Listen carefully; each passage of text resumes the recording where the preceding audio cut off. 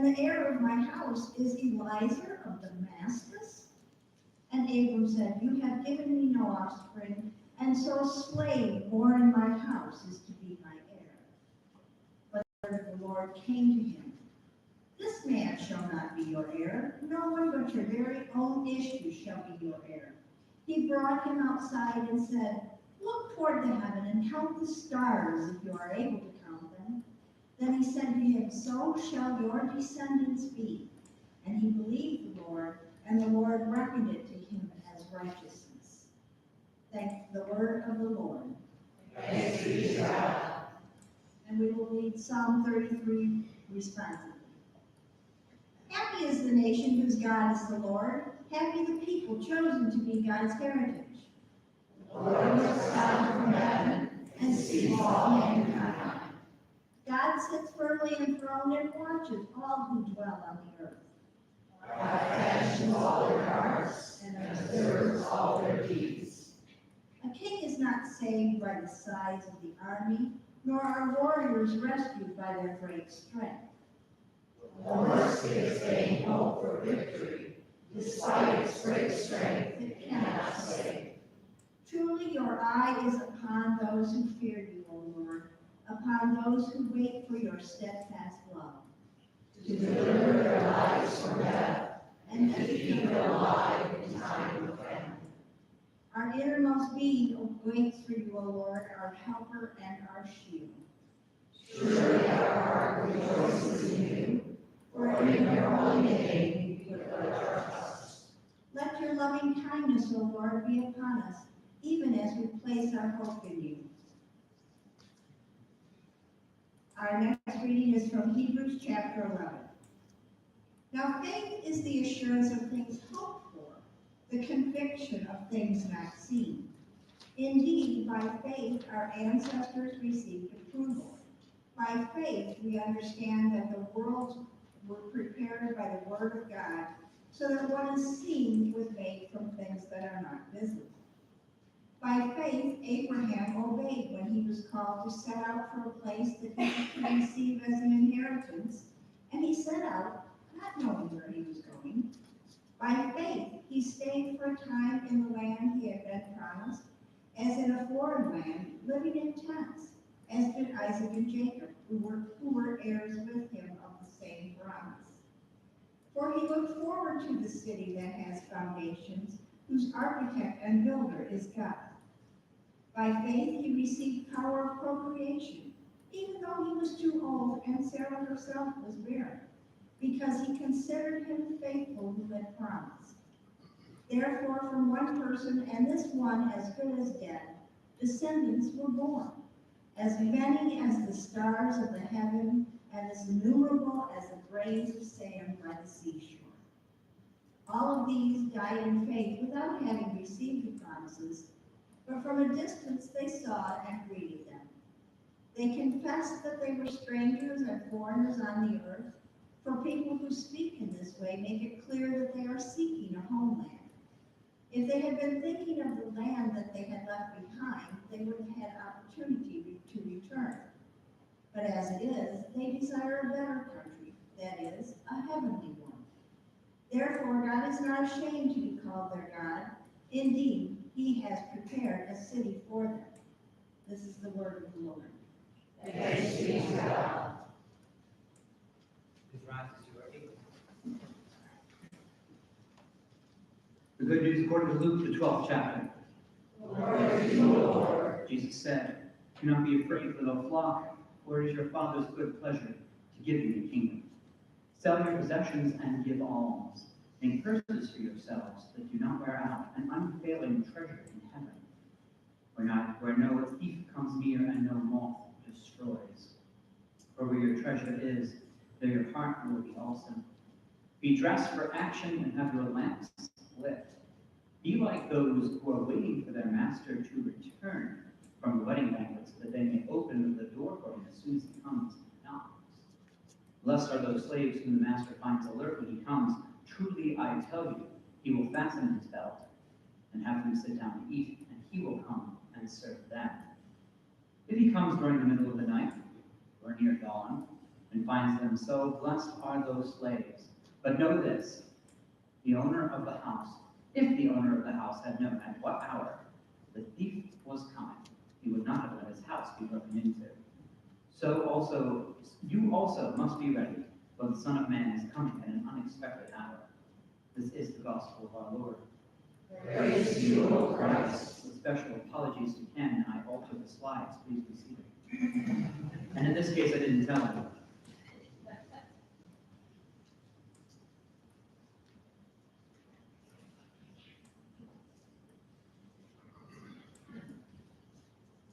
Oh.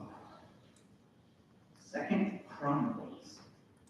Not a book I read very often. Chapter 7.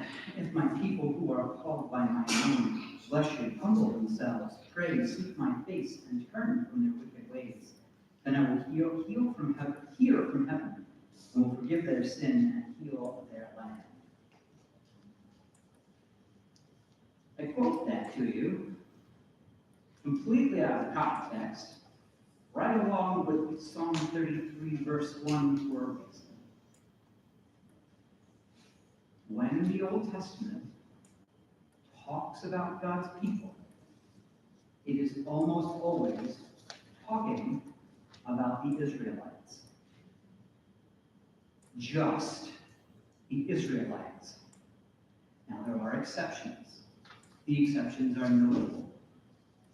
There are places like Ruth, who was not an Israelite. There are places like Jonah, where the only guy who doesn't get it is the Israelite. Right? These are caricature stories whose job it is to expand the borders.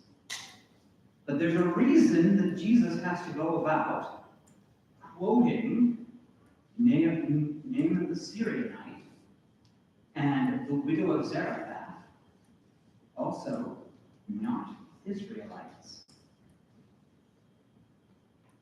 Because for the most part, when the Old Testament is talking about God's people, it means just the Israelites.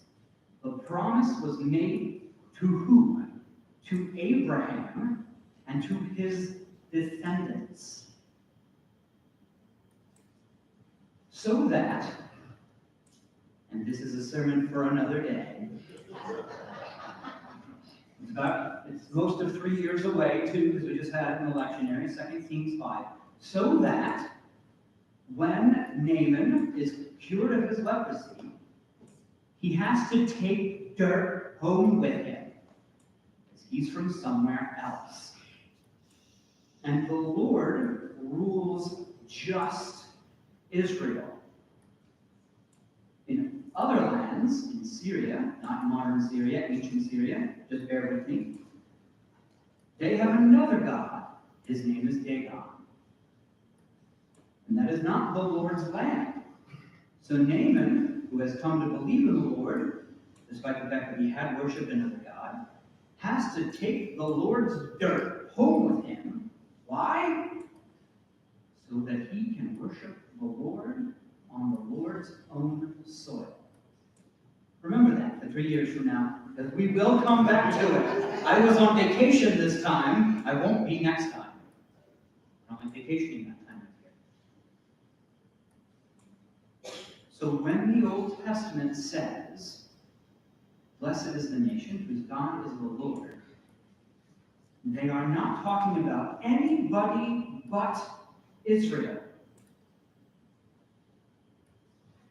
Now, somebody is thinking, what about the second half of Isaiah, where the borders get expanded? What about those stories? They are few and far between. That quote, what I just read from 2 Chronicles, when my people who are called by my name, because the word Israel literally has the word God in it, in Hebrew, just go with it. They're not talking about us. They're just not. So we've got to be really careful. Don't we, Keith? Yep, singling you out for a reason. Didn't have Keith's permission, you can yell at me later. Where's Keith from? He's not from here. He's from Scotland. Where were you baptized, Keith? Where were you baptized? I don't need specifics, just give me the church. The bigger church. St. Giles. Okay, I had that coming. I didn't warn Keith this was coming. Keith was baptized in the Church of Scotland. Guess what? Still counts. Not in America, right? Happy and blessed, by the way, in Magaro are the same word in Hebrew. So you'll see the different translations pop up, either with the word blessed or the word happy. We've got to be really careful when we read the Bible and we see ourselves. And sometimes that's right and true.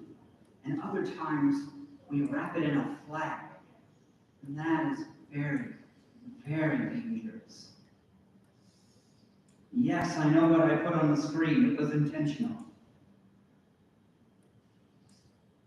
Because Jesus knows no boundaries. Jesus does not know our borders. True story. We were on a train from Washington State, from Seattle, into Canada. And I know we had crossed the border into Canada.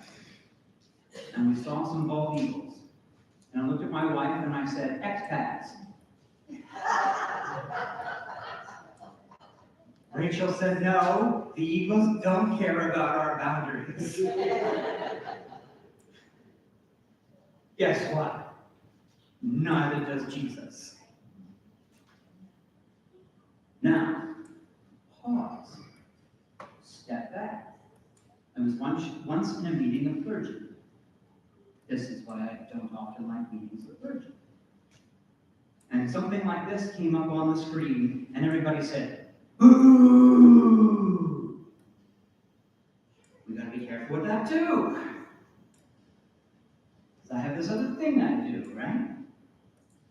And I've been with guys, sorry ladies, they were all guys, who have been in some tough and dangerous places and have gotten stuff like this from grandma back home, and it meant a lot to them. Got them through the tough time, the dark and dangerous place. And so it is also important not to say your piety is bad and wrong and you are going to hell. No. Linda's not going to hell.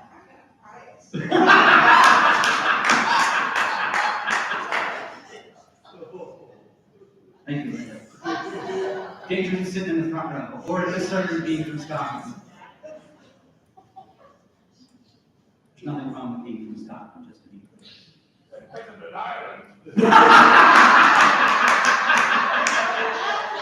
Oh, my grandma was this big around, and if she was here, she'd give you a whooping.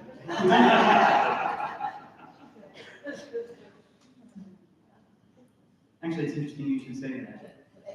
The most welcoming people in the world, where I have traveled, are Ireland and Scotland, and also when people knew how to build beautiful churches. I mean, just gorgeous churches.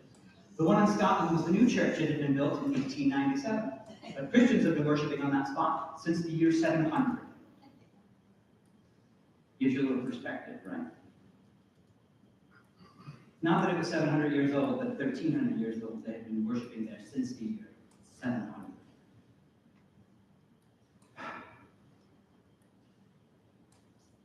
When the psalmist says, blessed is the nation whose God is the Lord, the psalmist means Israel. Now the church has read the Old Testament for 2,000 years. And when it reads the word Israel, especially in the poetry of the Psalms, and in the poetry in other places, in the prophets and other places, the church has read the church. And we could argue about whether or not that was a solid interpretation. But we've been doing it for 1,800 years, so we're going to go with it for the sake of this sermon. This is not about political boundaries or borders. This is about whether the church keeps God at the center. Because if you've been a part of a church for longer than Izzy, good morning, Izzy, you know that, well, the metaphor, have I talked about this here? Well, the metaphor is where churches argue about the carpet. Yeah, I have talked about that here. I've never been a part of a church that argued about the carpet, the actual carpet. I have been a part of churches that argued over all kinds of stupid crap. Small things.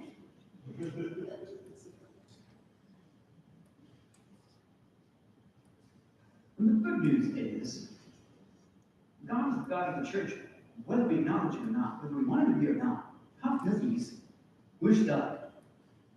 And that is a good thing, because this song goes on.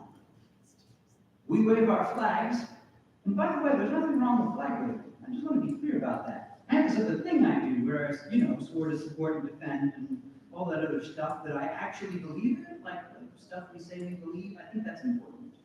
I do. Liberty and freedom and stuff like that. And I'd like to think that were I ever in a situation where I was called upon or it was necessary, I would be willing to die for it. So this is not to say that all that patriotic stuff is unimportant, because it isn't. It is important. It's very important. We gotta be so careful when we do it in the Bible, especially when we take out one verse. That verse I quoted from 2 Chronicles 7:14 is part of a much longer speech by God that has all kinds of other good stuff in it. And people take that out and apply it to the United States. Oh, problem. And the same with the psalm. What does it go on to say? A king is not saved by the size of his great army. His war horse might be really awesome, but it isn't going to save him. This is a theme too, by the way. Psalm 20, verse 7. Said, turned into wonderful music. Some Christian chariots and bullets of man. You can tell where that was colored though, right? I trust in the Lord. Psalm 20, verse 7. That's where this song's going to. This is not about rah-rah flag waving. And again, this is not to denigrate or belittle anyone's piety. It's a reality check. But this is talking about the church, not about the country. And as I said, we're stuck, and that's good news. We're stuck with God as our God, whether we like it or not. Because all those other idols will fail us. I got some pushback the last time I said this, but the United States of America, as much as I might love it, is not going to be around forever. They thought Rome was the eternal city, and that the empire would never fall. How'd that work out? The United States is not going to be around forever. God is. Because there is only one thing, one being, one person in existence, which is eternal, which will last. And as I told the children, who never gives up on us, even when we give up on him, is always there and tells us not to be afraid, even in the midst of wars and chariots and great war horses and armies. Because they won't last forever. And thanks be to God, who is, because the Lord is our God. Amen. So special thanks to Izzy and Keith and Linda and Ken for putting up with all my shenanigans during that sermon.